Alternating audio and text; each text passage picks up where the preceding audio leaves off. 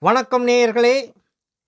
இன்று 15 பிப்ரவரி 2026 ஞாயிற்றுக்கிழமை. நோர்வே தமிழ் முற்றைச் செய்திகளுடன் கதிர். முதலில் தலைப்புச் செய்திகள்.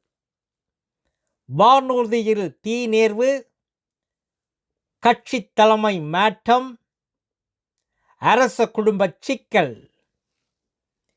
இனி விரிவான செய்திகள். வானூர்தியில் தீ நேர்வு. இன்று பறந்து கொண்டிருந்த வானூர்தியின் உள்ளறையில் தீப்பிடித்ததால் நோர்வே வேனஸ் நிலையத்தில் அது விரைவாக தரையிறக்கப்பட்டது. அதில் சென்றவர்கள் எவருக்கும் பாதிப்பு ஏற்படவில்லை என்றும் மீட்பு பணிகள் உடனடியாக மேற்கொள்ளப்பட்டதாகவும் காவல்துறை தெரிவித்தது. செல்வ வரி ஒழிப்பு.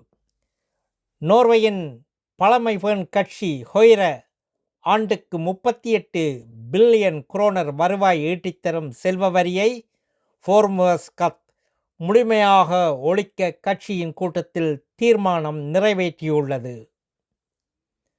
அரச குடும்ப சிக்கல்.